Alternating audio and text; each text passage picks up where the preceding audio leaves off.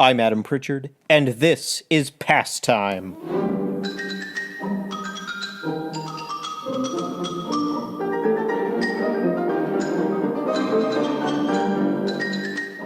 I like crocodiles. If you've been following Pastime on social media in the last couple weeks, Pastime Paleo on Twitter, or the Pastime Facebook page, I've been posting a lot of new discoveries in fossil crocs. And can you blame me? They're absolutely fascinating animals. Everybody finds them interesting. Any nature documentary you follow with Sir David Attenborough, one of my favorite natural historians of all time, you're going to encounter something to do with crocodiles. Crocodiles are like living fossils, unchanged since the age of dinosaurs. Something like that. And honestly, as much as I respect Sir David, that's not strictly true. On Pastime, for example, we've talked about some of the most amazing fossil crocodile relatives and how they differ radically from what we see today.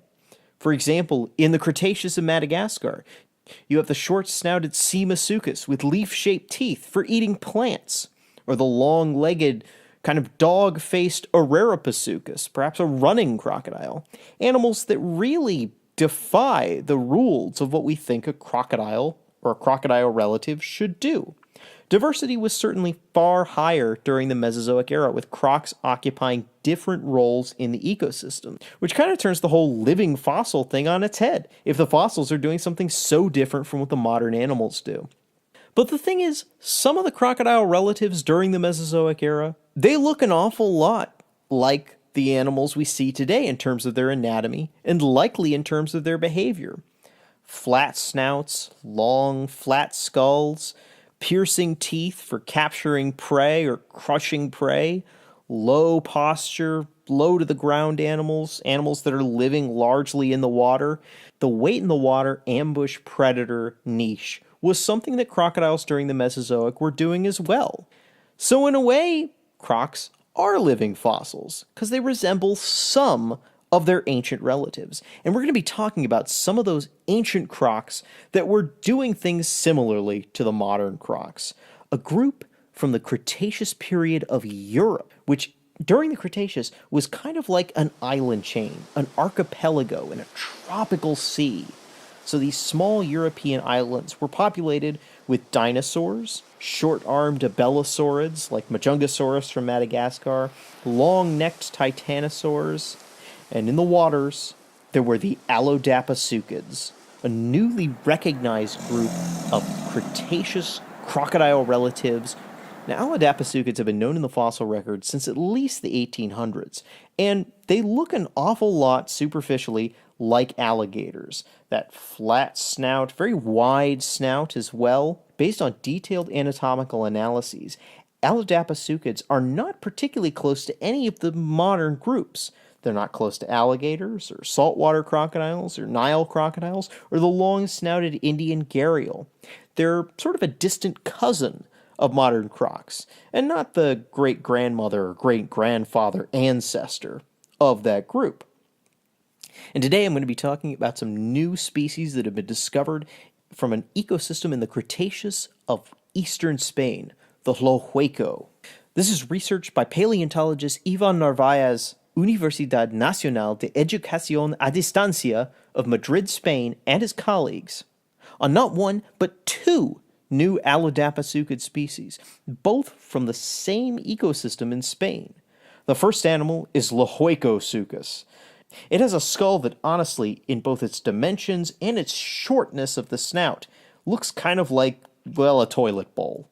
But this was a toilet bowl with some big teeth. Lohuecosuchus has some massive kind of canine-looking teeth in its jaws, but it doesn't have a whole lot of teeth despite their size. But amazingly, Lohuecosuchus lived alongside Agaresuchus, another new animal. And Agaresuchus really resembles a modern alligator in its proportions. Much longer snout than Lohuecosuchus, quite a few more teeth, but the teeth aren't nearly as impressive in terms of size. Now, these two animals, roughly the same size, were living at the same time in the same place in the Lo Hueco ecosystem. They're what we call sympatric species. That is, any two species that are living at the same time in the same place, coexisting within an ecosystem. And it is likely that if a Lohuecosuchus pulled a young duck-billed dinosaur off the shore into the waters, it might end up competing with an Agaresuchus for that meal. But these animals, based on their different constructions or different anatomies, were likely exploiting slightly different resources within the Lohueco ecosystem, so that they weren't completely overlapping in their ecological roles, because otherwise one would likely compete the other into extinction. Now, sadly, all of the Allodaposuchids in Europe died, probably at the very end of the Cretaceous period. And it wouldn't be until a few million years later that relatives of modern alligators started to get big and impressive and filled the roles that were left by animals like the Allodaposuchids.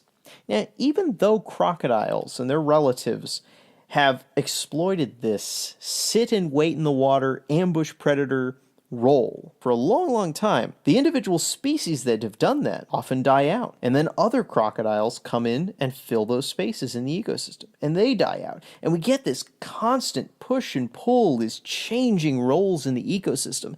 So even when crocs look very similar through time, they retain this living fossil thing. There's actually a lot of evolution and change in the anatomy of these animals, the shapes of their snouts, the shapes of their teeth, the body size of these animals. There's a lot going on. And these new Lo Hueco crocs contribute just a little bit more to that story of diversity. And I want to end on one thought that I think is really cool. So in the Lo Hueco ecosystem, we might be a little bit surprised to see two closely related Allodaposuchids, Lohuecosuchus and Agaresuchus, coexisting at the same time in the same place. But if you go around the world, throughout the fossil record, that's not uncommon to have more than one croc hanging out at the same time in the same place. And even if we walk around the world today, in South America, we have many caiman species that are coexisting in the same time in the same place. In Australia, we have the long-snouted freshwater crocodile living alongside the giant saltwater crocodile. And even in Florida today, in the southern tip of Florida, we have American alligators living alongside American crocodiles. Crocodile diversity is the norm. That's the normal condition for an ecosystem in the Mesozoic era or the Cenozoic era. Like, how weird is that? That I am living in the weird ecosystem up here in Connecticut, where it's too cold to support crocodiles. And as we continue to discover more about those crocs, animals like Lohuecosuchus and Agaresuchus are going to keep changing our view of past time.